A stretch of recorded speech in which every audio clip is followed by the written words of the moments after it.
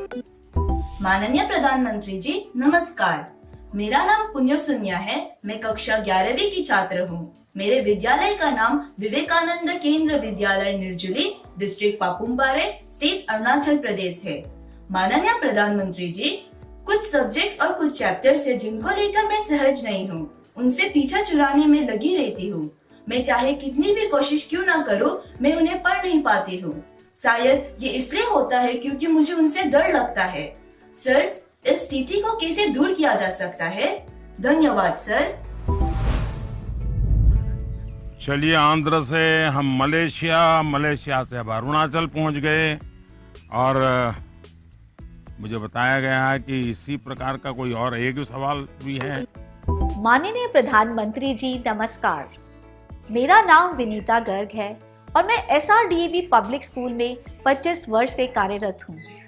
मेरा प्रश्न है, कुछ सब्जेक्ट्स ऐसे हैं जिसमें कई स्टूडेंट्स को डर का सामना करना पड़ता है।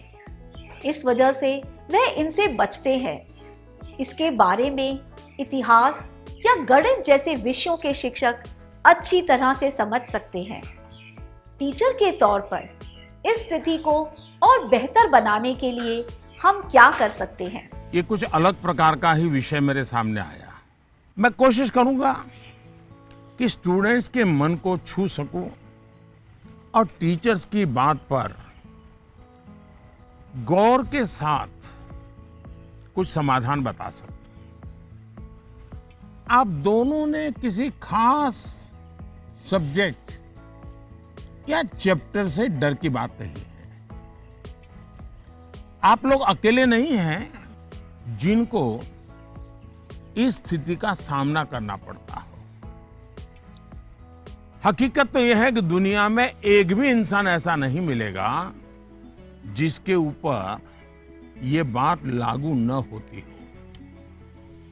मान लीजिए आपके पास बहुत ही बढ़िया 5-6 शर्ट है, लेकिन आपने देखा होगा 1 या 2 शर्ट आपको इतने पसंद आते होंगे, बार बार पहनते हैं। इसका मतलब ये नहीं कि बाकी सब बेकार हैं, फिटिंग ठीक नहीं है, ऐसा नहीं है। उन 2 इतने अच्छे लगते हैं कि आप उसको बार बार पहनते हैं। कई बार तो माँ बाप भी इन चीजों के लिए गुस्सा करते हैं कि कितनी बार इसको पहनोगे। अभी 2 दिन पहले तो पहना था। पसंद नापसंद मनुष्य का स्वभाव है और कभी कभी पसंद के साथ लगाव भी हो जाता है। और इसमें डर की, दुविधा की क्या बात है कि हमने डरना चाहिए? दरअसल होता क्या है, जब आपको कुछ चीजें ज्यादा अच्छी लगने लगती हैं तो उनके साथ आप बहुत कंफर्ट हो जाते हैं, बहुत कंफर्टेबल लगता है, सहज हो जाते हैं। लेकिन जिन चीजों के साथ आप सहज नहीं होते, उनके तनाव में आपकी 80% एनर्जी आप उसी में लगा देते हैं। और इसलिए स्टूडेंट से मैं यही कहूंगा कि आपको अपनी एनर्जी को इक्वली डिस्ट्रीब्यूट करना चाहिए। सभी विषयों में बराबर बराबर।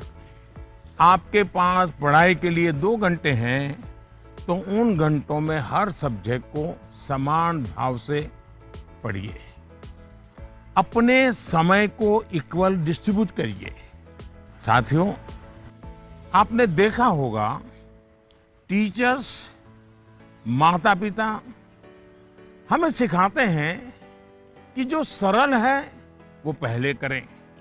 ये आम तौर पर ये कहा जाता है और एग्जाम में तो खास तौर पर बार बार कहा जाता है जो सरल उसको पहले करो भाई, जब टाइम बचेगा तब वो कठिन है उसको हाथ लगाना। लेकिन पढ़ाई को लेकर मैं समझता हूं ये सलाह आवश्यक नहीं है और उपयोगी भी नहीं है। मैं जरा इस चीज को अलग नजरिए से देखता हूं। मैं कहता हूं जबकि पढ़ाई की बात हो तो कठिन जो है उसको पहले लीजिए। आपका माइंड फ्रेश है, आप खुद फ्रेश हैं, उसको अटेंड करने का प्रयास कीजिए। जब कठिन को अटेंड करेंगे तो सरल तो और भी आसान हो जाएगा। मैं अपना अनुभव बताता हूं।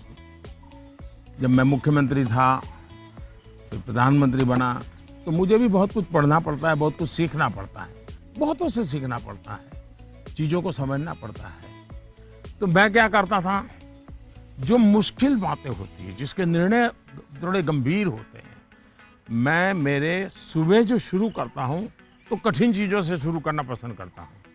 मुश्किल से मुश्किल चीजें मेरे अफसर मेरे सामने लेकर के आते हैं, क्योंकि उनको मालूम है कि वो मेरा एक अलग मूड होता है। मैं चीजों को बिल्कुल तेजी से समझ लेता हूँ, निर्णय करने की दिशा में आगे बढ़ता हूँ।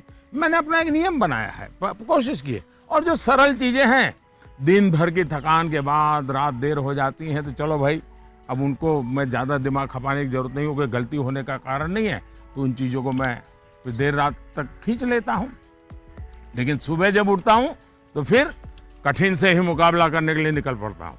दोस्तों, एक और बात हमें अपने आप से सीखनी चाहिए।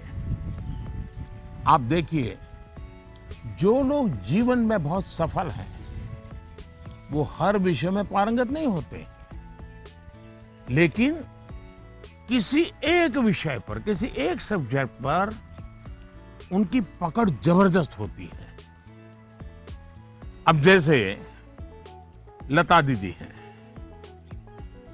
लता मंगेशकर जी की पूरे दुनिया में नाम है, हिंदुस्तान के हर जुबान पे नाम है। लेकिन अगर कोई जाकर के उनको कहे कि आज हमारे क्लास में आइए और ज्योग्राफी पढ़ाइए, हो सकता है वो न भी पढ़ा भी पाए, मैं नहीं जानता हूं कि वो पढ़ा पाए न पढ़ा पाए। लेकिन लता जी की महारत ज्योग्राफी में शायद न भी हो, लेकिन संगीत की दुनिया में उन्होंने जो किया हुआ है, एक विषय पर जिस प्रकार से अपना जीवन खपा दिया है, आज वो हर एक के लिए प्रेरणा का कारण बन गई है। और इसलिए आपको भले कुछ सब्जेक्ट मुश्किल लगते हो, ये कोई आपके जीवन में कोई कमी नहीं है। आप बस ये ध्यान रखिए कि इस मुश्किल लगने वाले सब्जेक्ट की पढ़ाई से खुद को दूर मत कीजिए, उसे भागिए मत। वहीं टीचर्स के लिए मेरी सलाह ये है, वो विद्यार्थियों से उनको टाइम मैनेजमेंट के संबंध में, उसके तौर तरीके संबंध में, सिलेबस के बाहर जाकर के भी कभी उनसे बातें करें, उनसे चर्चा करें, उनको गाइड करें। विद्यार्थियों को टोकने के बजाय उन्हें गाइड करें। टोकना, रोकना, उसका प्रभाव मन पे और ज्यादा नेगेटिव फैलता है। प्रोत्साहित करने से वो कॉन्सेंट्रेटेड ताकत के रूप में कन्वर्ट हो जाता है। कुछ बातें क्लास में सार्वजनिक तौर पर जरूर कहें, ताकि सबका प्रबोधन होगा। लेकिन बहुत सी बातें ऐसी होती हैं, जब किसी एक बच्चे को बुला करके चलते चलते थोड़ा सर पे हाथ रख करके बहुत ही प्यार से कहें, दे बेटा, देखो भैया तुम इतने बढ़िया करते हो, जरा देखो इसको जरा थोड़ा ये कर लीजिए, देखिए तुम्हारे में बहुत बड़ी ताकत है, आप देखिए ये बहुत काम आएगा, बहुत काम आएगा। एक काम करिएगा, आपके जीवन में ऐसी कौन सी बातें थी जो कभी आपको बहुत कठिन लगती थी और आज आप उसको बड़ी सहजता से कर पा रहे हैं? ऐसे कुछ कामों की लिस्ट बनाइएगा। जैसे साइकिल चलाना कभी आपको कठिन लगा होगा, लेकिन अब वही काम आप बहुत सरलता से करते लेते होंगे। कभी तैरने की बात आई होगी, बहुत डर लगा होगा, उतरने से भी डर लगा होगा, लेकिन आप अच्छे तरह आज तैरना सीख गए होंगे। मतलब जो कठिन था उसको आपने कन्वर्ट कर दिया। आपके जीवन में ऐसी सैकड़ों चीजें होगी। अगर आप ये याद करके जरा किसी कागज पर लिख लेंगे, तो कभी आपको किसी को भी, मुझसे भी कठिन वाला सवाल पूछना ही नहीं पड़ेगा, क्योंकि कभी कोई चीज आपको कठिन लगेगी ही नहीं। मुझ पे भरोसा कीजिए दोस्तों, एक बार करके देखिए।